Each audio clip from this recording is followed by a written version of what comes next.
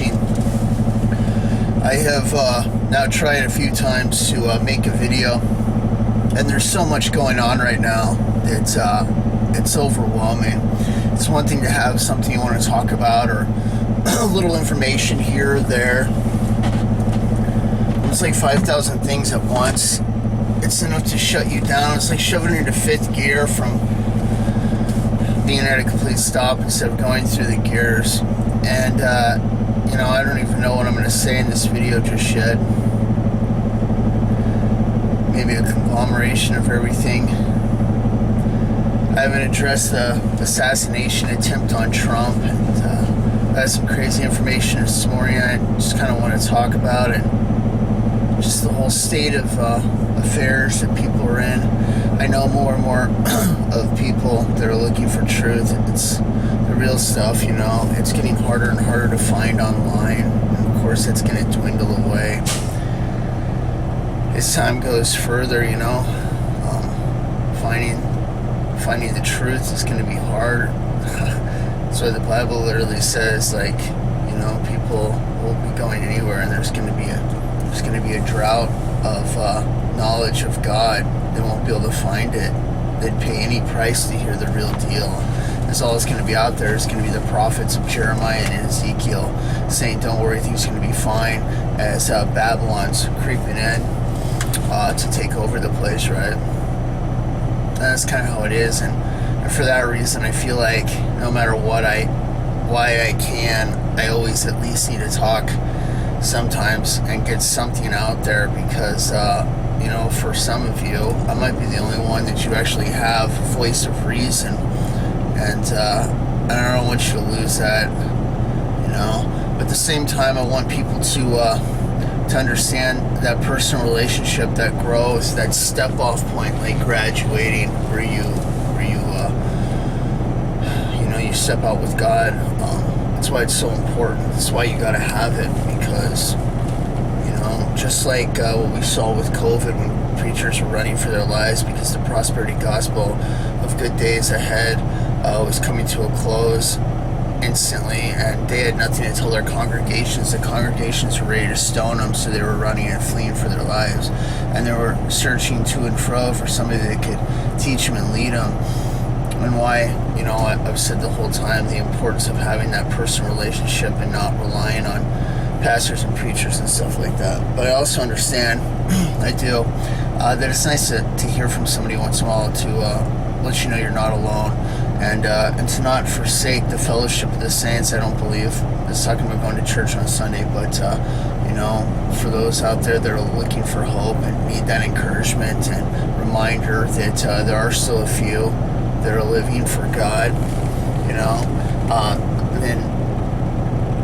then I need to do what I can, why I can, you know what I'm saying? So I'm just going to talk a little bit, and we'll see how it goes. I got a lot of stuff on my mind now. The whole Trump assassination thing, for starters, was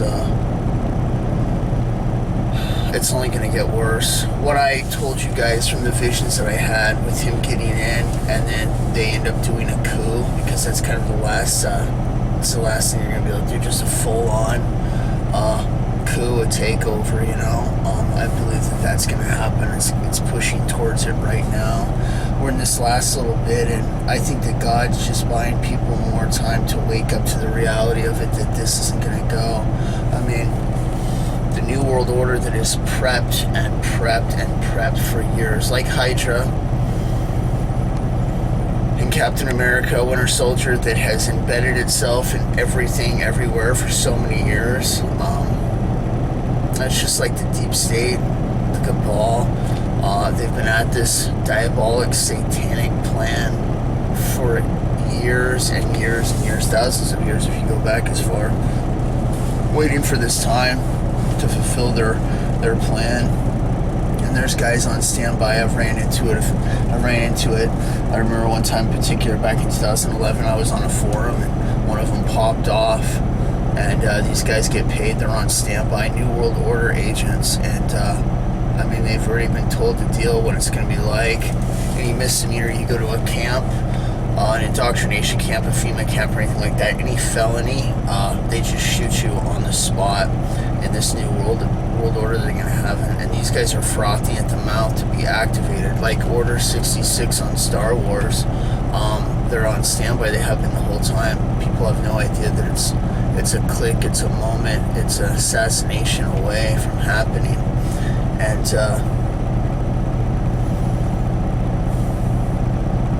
you know what you guys need to realize is that be as ready as you can for all situations right now. Whether it's on your heart to prep, be right with God, every and all things right now, because the majority of people are looking for one person without even the comprehension to think what's going to happen if he gets taken out, or what happens at the end of 4 years if it is good times for them, that this is going to go away, or somehow things are going to be better and they're going to be able to lower their guard, right? Just like when they say peace and safety, sudden destruction comes, right? It's that catch off guard. And that's why you always want to be ready, because this can go down at any second now. It's literally hanging by a thread. And the only reason it hasn't, like I've said so many times, we're in overtime. It could have happened the whole time. It could end at any moment, and that's a reality that everybody needs to have right now. What they were going to do with Trump, though, it shows the depravity of how evil these people are. They were going to blow his brains out on 4K TV, just like I'd seen somebody comment and make that point. They had no problem with it at all. There was inside information with some of the elites, some of the talk show hosts and other things like that. They were expecting it. They were giddy with glee, waiting to watch Trump. Somebody who cares about people, who has, an interest that wants to push back towards a godly nation with a godly curriculum, putting God and the Bible back in schools and things like that. I mean, they hate anything and everything that is good, right? And they were happy to see this guy, within just a few millimeters die right then, and they would have celebrated it. And you've seen the ones that have come out that are saying don't miss next time and all this other crazy crap, and how vile they are. Just vile beyond comprehension. Smearing in every single way. When they get exposed, when they get seen before God on their judgment, their own personal judgment they have when they stand before Him, before they get tossed into hell. The horrific things that they have. I mean, people don't even look at it. They're so narcissistically self-centered. They'll look at a flea while they have an elephant in their life, never looking at themselves, never repenting themselves. And it's just disgusting. It's the state of affairs in the world nowadays. And you're going to see things get so much worse before they get better. Never forget what I saw, and I've said it so many times, before it kicked off. By the time I saw the UFOs, I said, oh great, now this. I was in a terrible mood. Things were not good, and it wasn't a good time. And we're at the absolute precipice of this happening. I mean, we're prepped on every single side. They've done work in every single angle, from World War III to everything you can possibly think to prep this up. Even if he gets in, what he has going against him is fighting against the world. They've embedded. They're working. They're dragging down. They're at the end of the diving board, and it's not enough. They're hanging off the edge, and they're pulling, trying to bring everything down. They're doing everything they can to collapse everything, the darkness, and bring in their new world order and the satanic control and the Antichrist. And it's, for those that love life, that are looking for good or any little aspect of it, it's disgusting to see that there are people like this out there, and there's more of it you can possibly imagine. There's all kinds of things taking place right now. The division in families, people being separated. God's separating the wheat from the tares. Those are going to make it. Those that are going to go into an adult spanking inside the tribulation. And it's happening all around us right now. And it's hard to see, because some of these people we care about and love. And and you think that they're with you to the end and they're gonna make it, and they fall away right before the finish line, and it's hard to see some things catch you by surprise you never expected at all, and it's just hard, and for those that care about others, and I know that there are, and are looking for God and want things to be right. You've seen it too. You've seen what I've been talking about for so long, how when I was a young Christian, hey, D through A, we're going to get raptured, we're getting out of here. As I've grown older, learned more, D's are off the board, C's off the board, B's off the board. I'm like, surely, we're not going to be taking any more off now. And man, when it says looking for a spotless bride, it's like, good grief. A- is off the board, A is off the board, A+ is off the board. It's like if you're not running an A++, it seems almost impossible, And I'm listening to the Bible today. I was hearing about the servant asking, and talking about how it's almost impossible for rich men coming from Jesus to enter the kingdom of God, and they're asking, how is it possible? And Jesus says, with man it's not, but with God all things are possible, and it's true. And that's the hope that we have. So, but I'd rather be poor all my life and have Jesus than to have any riches or the ease that sometimes the body longs for and wishes that you could have and not have them. I couldn't live with that. I'll give up everything, and that's fine with me. I tried to make a video last night, and it was so dark. I couldn't even see myself in it. I didn't know what I was saying. I didn't know what to say, really. And there's just been so much on my mind recently. Driving yesterday and listened to an online prophet, so-called prophet. I've heard the guy before, and I ended up yelling, not at God, but yelling about it to God. Like, seriously. Just the other day I had another video taken down. They're just fine-tooth combing every video, looking for anything to have in there. Out of the 200 or so videos I've done over the years, they've taken like 38 to 50 videos now. They're not even giving me strikes anymore, right? They're just saying, we found this and you didn't know, so we're just taking it down. You can't fight it. You can't do anything. They're looking for any secret codes, any words that I've put in there, and they're trying to take it down and just blocking me every single way. I can't comment from my own account over to the Unleashing account. They think that it's another subscriber. I'm watching it live time. Block comments, blacklist. It's disgusting on the truth. And I'm looking at this prophet. He's got I don't know how many hundreds of thousands of followers, and it's totally fake, right? It's the seminary prophets. They want to be a prophet. They go to a seminary and they tell them, you start saying things, you start guessing, and eventually you'll get it right and stuff like that. No comprehension of the actual powers of God and the real prophets of old. They didn't need to speak every day, but when they did, you could take it to the bank, And it's totally fake, and I'm frustrated because no fine-tooth comb, no blacklisting. It's just allowed to run free to deceive people left and right, and I can barely say a few things without it being blocked. It's just like, good grief, man. And the frustration for the work, the amount of work, the hard time and everything like that, it can break you. And the Bible spoke of all this, wearing out the saints and everything like that. It's so true. It's so true. For those that love the Lord, there is a wear down. You're always going to have heat on you. And sometimes it seems like it's just overwhelming. I often think about when I was in Alaska and I was doing Taekwondo. I was really good friends with the Korean master I had. And there were Korean soccer teams up there. And I was on the team with him. I was the only white guy, and there wasn't really any other on the other league teams or anything like that. But I'll never forget, we'd be playing these games, and the Koreans were so fervent in stopping me that they would have the whole team other than the goalie just on me, just elbowing and cheap shotting, doing everything they can, and I don't call fouls or anything like that. I just push through everything like a champion, right?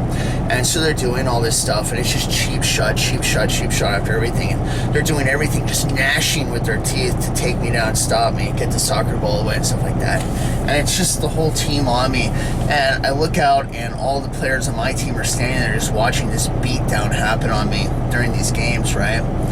And you're just thinking to yourself, good grief, if I could have some backup here or some help. And I get the ball out to one of them. The whole field would be open for a clean shot. You couldn't get it an easier shot, and then they would miss, right?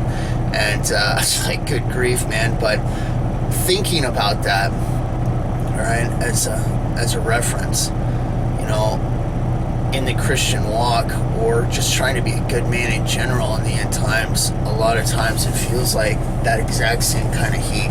Everything that they can possibly want to throw at you, they do.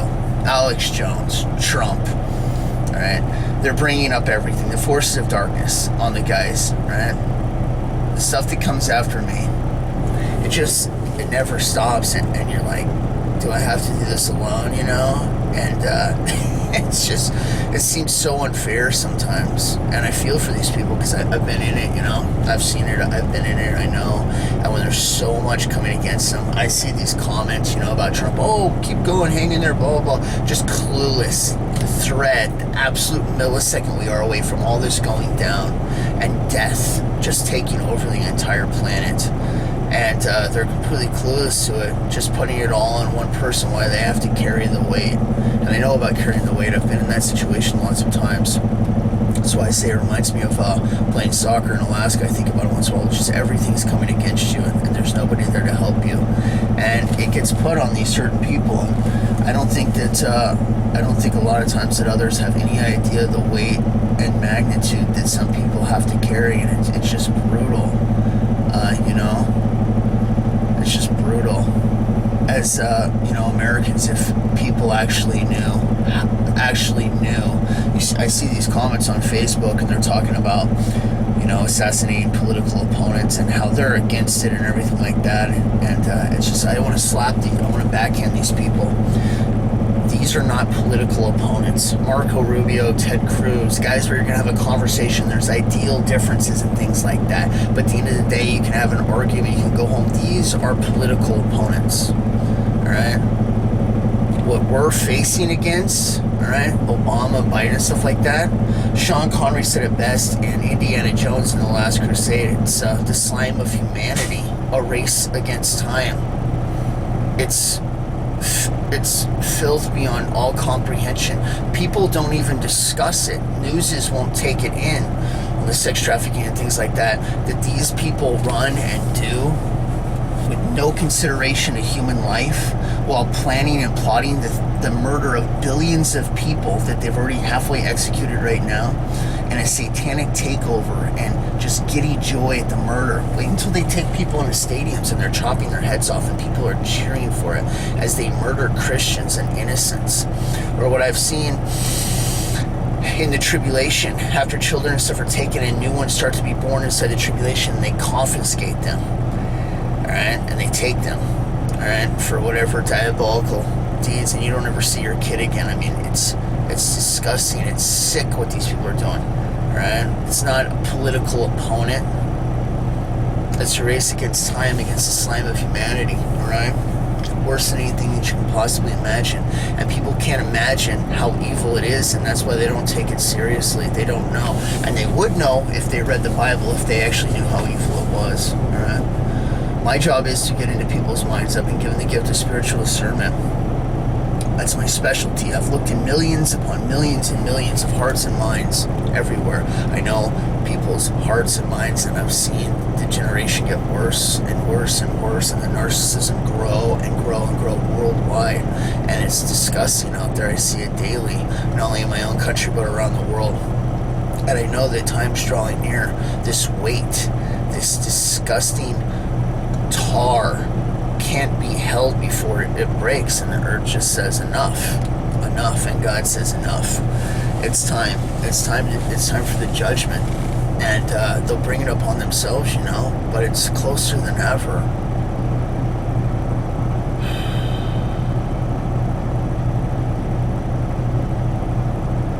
guess what I want to say is, don't give up. Just don't give up. Because I don't know how much longer it is, but I know it's sooner than we all think. And I have had my heart broken on this a few times, looking for God and waiting. But he does things in his own time for his own reasons, and he's held it back for people. He cares about it more than even we do, obviously. He sees everything, he knows what's going on, and he's got a plan to bring us all to fruition, and it really is worth it. I experienced it, I saw it going up. I've never felt joy like that in my life, and it's an overcoming joy. It's distinct.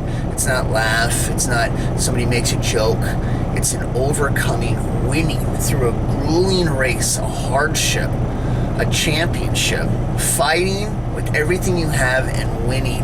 That is the distinct feeling it is when you're blasting up. It's an overcoming joy, and it's just billions of times over what your body can normally handle. It's the most incredible feeling ever, and all problems are gone forever. Like basic training, I've told people before, don't fall in love with basic training. This entire life that we live is a basic training for what is actually going to take place, what he has planned. I believe that when God first got this idea together, that he didn't make us first and then come up with the idea. I think he had the idea, and then he created the test, the basic training, the trial that we're going through. And just like any responsible father that owns billions of dollars, before he can give his son the inheritance to the company, they have to go through the crucible. There's no other way. It's just how it is. To give somebody what he has planned so good it would destroy them, all right? Like giving a child billions and trillions of dollars. Your son's gonna look like Biden's son, all right? They're gonna be in crack with hookers and everything else that you can possibly imagine, all right?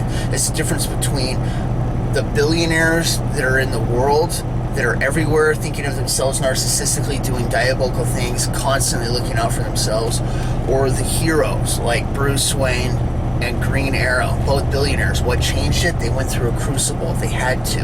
A realization, a hardship beyond all comprehension, that when graduated and survived through, become the heroes. Now they know how to use the money for better. It's not for them. It's to help mankind, right? It's the same thing with the tests that we're in. In basic training, when you're in the Army, people get scared. I didn't have a good basic training, but there are stories, and I'd seen it in there too. People will get scared to go out into the real army. They get comfortable in there, and they don't know what to expect. There's a fear. What happens when I graduate? What's it going to be like? Will I have friends? What's going to happen? And they will start to fight to enjoy and stay inside basic training. They will fall in love with it, all right? Instead of embracing that was a test, and it was all for a bigger purpose, all right? Inside the test, you're not shooting AT-4s, that's a bazooka, and some other things. You're using training rounds and other devices. But when you get out into the real thing, you get that real stuff, right? And what I want to tell people, right now, all of you, anybody who's listening to this, you don't want to fall in love with basic training. You don't want to fall in love with this world. All the different lures that can pull you in, it's all part of the test. And our goal is to constantly be like, I love that, but it's never going to be before Christ. And you set it off to the side, all right? And you do this over and over and over again, which is ever presented for you. I mean, we're made to enjoy life. We're not to be stiffs. He made it for that, and all the different aspects, which is just amazing, But we're not to fall in love with basic training. This is nothing but a test. And the real purpose and what he has planned is on the outside of this. This is just getting started. This is the prerequisite, all right? This is the crucible before you get the inheritance, okay? And it's required. It has to be, because if he didn't do this, we'd be just pieces of crap, all right? It's cultivating us. It's grooming us. It's creating us. It's defining us. It's refining us into what we're going to be. And we're all very individuals. He loves uniqueness. He loves individuality. He loves the creativity. He made it. He's a genius. And every single one of us that has a relationship with God, it's very, very personal, and it's unique. Nobody's going to be like me, and I have no desire to be like anybody else. All right? I just want to be what he made me to be, and I want to be the best at it, right? And I want my story to be good enough that when he looks around and nobody's there, that it's worth reading a couple times. I want it to be a good story, all right? And that's why I've done everything I can. I want to get there, and I want him to be proud of me, of everything that I did, and I don't want to fail that. And of course I have failed very many times. But through all of that, I want there to be an overview, conglomeration of my life, and I want him to be proud of me, and that's all I'm looking for, you know. And the rest, what he has waiting for us, is going to be worth it in every single way. But don't give up, and don't quit now. Not this close to the end of the line. It's just right there. And I know it's tough. It always gets darkest before the dawn and hardest right before the finish line. It always does. For everything that you have in you, never fold under any circumstance, okay?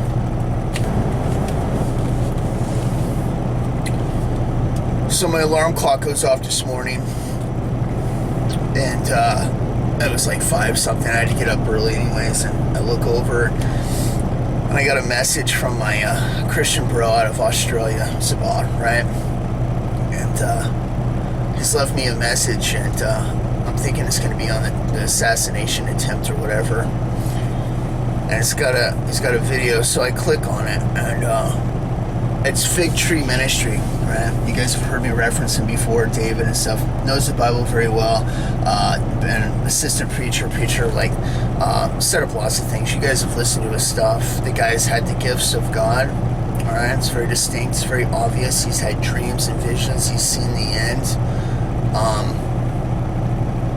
He's walked with him, right, for a long time in his life, right? And he has recently renounced Christianity and walked away from Jesus.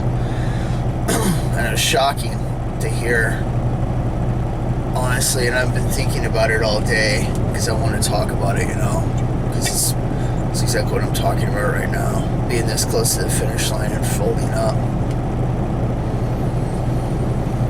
He's been reading Jeremiah, and the references he's using out of there is through Jeremiah's hardship, comparing it to his, and you know, how Jesus is an enemy and he hates Jesus, and he's completely against him, and he's got some new age mixed into it, you know, and he's trying to twist it in the Bible that the people before Jesus showed up were with God, so he's like, you know, with God, missing the entire point that Jesus was around way before he showed up on earth. He was still around up there in heaven. And you know, it's just shocking to hear the Judas coming out of somebody that's been walking with him for so long. And you know, I want to have compassion in a way, like, hey man, you're going through a hard time, and everything. And I know the guy's like a quadriplegic or whatever, and everything, you know, and I'm just like, good grief, how can he do this? How can he turn this close to the race? This isn't, you were never saved. This is exactly what the Bible speaks of when you are saved. And you've tasted the heavenly gifts, and then you still walk away. I don't know how it's possible. I don't know how it's possible. I've heard so many hell testimonies or anything else. I love God too much. I could never do that. I've been through hellish situations where I'm just like, God, are you there? Do you even love me anymore? Why am I going through this? This test can be so brutal. Facing off against the political bullcrap when I was in the army, when they just destroyed me and then kicked me out. Basically, they let me go out of the army because they couldn't control me. And the jobs over and over again, the times that I've had to stand up, you know, and I'm just by myself, and the homelessness to try and go save people, being poor, screwed over and over and over again, all part of the mission for God, right? And I've definitely been in those hard places where I've been in tears, you know. And there's sometimes when I'm like, okay, God, I need you right now. I need you to show up. And and he didn't. And then there's other times when I've been in those situations and he did show up just like that. And he's got his reasons for that too, both times. In both different circumstances and situations, he has his reasons for everything. He's always watching every single person. It's not too hard to pay attention in the dimension and stuff that he's in. He can watch each of us individually our entire lives and pay close attention. Nothing gets missed. And, I can tell you that even if you think that he's not there and he doesn't care anymore, that he does care, and he's always watching. And you never turn on the Prince of Peace, alright? I've been mad before. I've cussed at God. I've cussed at Jesus before. I was really upset. I had emotion built up. I was back in Colorado, and I was mad about something. It seemed so tough, and I swore at him. And I apologized quickly after, I'm like, I don't know what came over me. I'm sorry. And, and he forgives you. I know he understands that we go through hard stuff, but under no circumstance ever will I turn on him or pull a Judas. When I say it's to the end, it's to the end. And you got to expect as a Christian that you could be called to death at any time, and things aren't always what seem to be fair compared to another Christian or what they're going through or anything like that. But you never fold, you never turn under any circumstance. And it's completely wrong what this guy David has done on Fig Tree before. I can't believe it. It really is like mind-boggling to watch him say that kind of stuff. It's exactly like Judas Iscariot. And I've prayed for this guy several times, because I know it's tough. But I guess I want to talk about that because sometimes our very hardships that are unique to us are strengths in disguise. And I've thought about it before. The guy not being able to go out and do certain things, having sickness and quadriplegic, that hardship, which seems unbearable, has created something else. It's a double down prayer warrior, somebody who can pray all the times. And a lot of times we don't do that, or we don't pray enough. And, and I'm a very physical person. I like to take things, very physically. Like, I don't want to pray about somebody. I want to go over and drop their ass, right? Because it can happen in a second. I don't have any patience. And God's been teaching me this last year, the power of prayer, and how important it is just daily. I've asked him things, and I've been trying to do it more and get out of this physical aspect, because to be a well-rounded warrior, all right, if you're going to put this in sort of like a medieval combat situation at night, the power of prayer, God, it's like your magic, man. It's your fireballs. It can do things that the sword can't do, or the physical aspect. And you need to be well-rounded in all situations. But, I've been praying this whole time while I've been trucking and stuff like this. In this last winter, I have this mountain route. I go over ranges and ranges and ranges. And I just pray, hey, keep me away from the snow and stuff like that. I only had to put chains on once. Almost the entire time I had sunny passes while there were snowstorms that were going through the roof everywhere. I just kept getting diverted around them and moving around. It was like miracle work, and just simple little prayers, but it shows that God listens to everything, and he's always watching it, and he's always growing us in a new area and things like that. And it's so important not to give up, but to finish the race and continue on. And you're going to go through seasons where it's tough. You're going to be in your low areas. You're going to feel alone. And it's going to be brutal. It really is, And you're not always going to hear from people like me or somebody else. And with the tribulation coming up, things going the way they are, that could happen in an instant. All right? And that's why that personal relationship you have is so important, to read the Bible, to pray to Him daily, to talk to Him, to know it yourself. So you have that encouragement. When Satan starts to whisper some bull crap in your ear that God doesn't love you and Jesus hates you and everything else like that, you're reminded. And when you think on that, the deep breath that comes with it and the peace that comes with it, knowing that no, He kept His word, it's real, and you can take it to the bank. And you can every single time,